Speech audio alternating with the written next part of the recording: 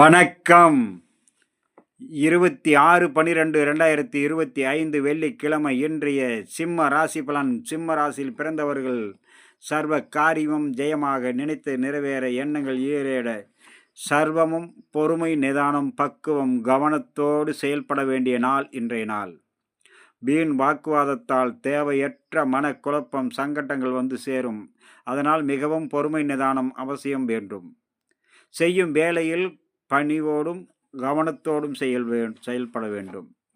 வேகமும் விவேகமும் சிறு சிறு தவறுதலால் மன உளைச்சல், சங்கடங்கள் வரும். அதே நேரம் உற்றார் உறவினர் நண்பர்கள் அனைவரிடத்திலும் பக்குவத்தோடு பழக வேண்டும். வீண் வாக்குவாதத்தால் தேவையற்ற மனக்குழப்பங்கள் உருவாகும். சிம்மத்தில் வரக்கூடிய மக நட்சத்திரம் பொறுமை, நிதானம், கவனத்தோடு செயல்பட வேண்டும். வீண் வாக்குவாதம் அல்லது செய்யும் வேளையில் கவனத்துடன் செயல்பட வேண்டும். பூரம் அனைத்து விதத்திலும் கவனம் தேவை. வீண் வாக்குவாதத்தை தவிர்ப்பது மிக மிக நன்று. அதே நேரம் நன்மைகள் பல வந்து சேரும். நல்லோருடைய ஆசி கிடைக்கும். உத்திரம் நல்ல சம்பவங்கள் நடக்கும்.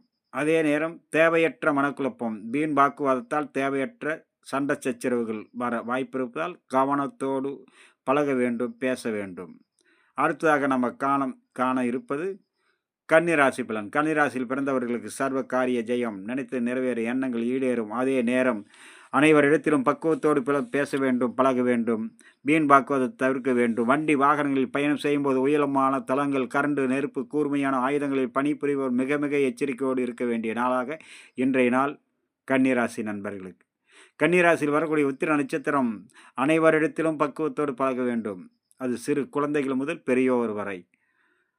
அதே நேரம் அஸ்த நட்சத்திரத்தில் பிறந்தவர்கள் வேலை செய்யும் இடத்தில் பாதுகாப்பு அவசியம் தேவை. சித்திரை நட்சத்திரத்தில் பிறந்தவர்களும் வண்டி வாகனங்களில் பயணம் செய்யும் போதும் வேலை செய்யும் இடத்திலும் மிக மிக எச்சரிக்கையோடு இருக்க வேண்டும். அது எந்த விதமான வேலைகளாக இருந்தாலும் கவனம் தேவை. அடுத்ததாக நம்ம காண இருப்பது துளாராசி பலன். துளாராசியில் பிறந்தவர்களுக்கு இன்றைய நாள் மிகவும் சிறந்த நாள். அனைத்து வகையான நன்மைகளும் வந்து சேரும். தெய்வீக அருளும் தெய்வ கடாட்சமும் நிறைந்த நாளாக இன்றைய நாள் அமையக்கூடும்.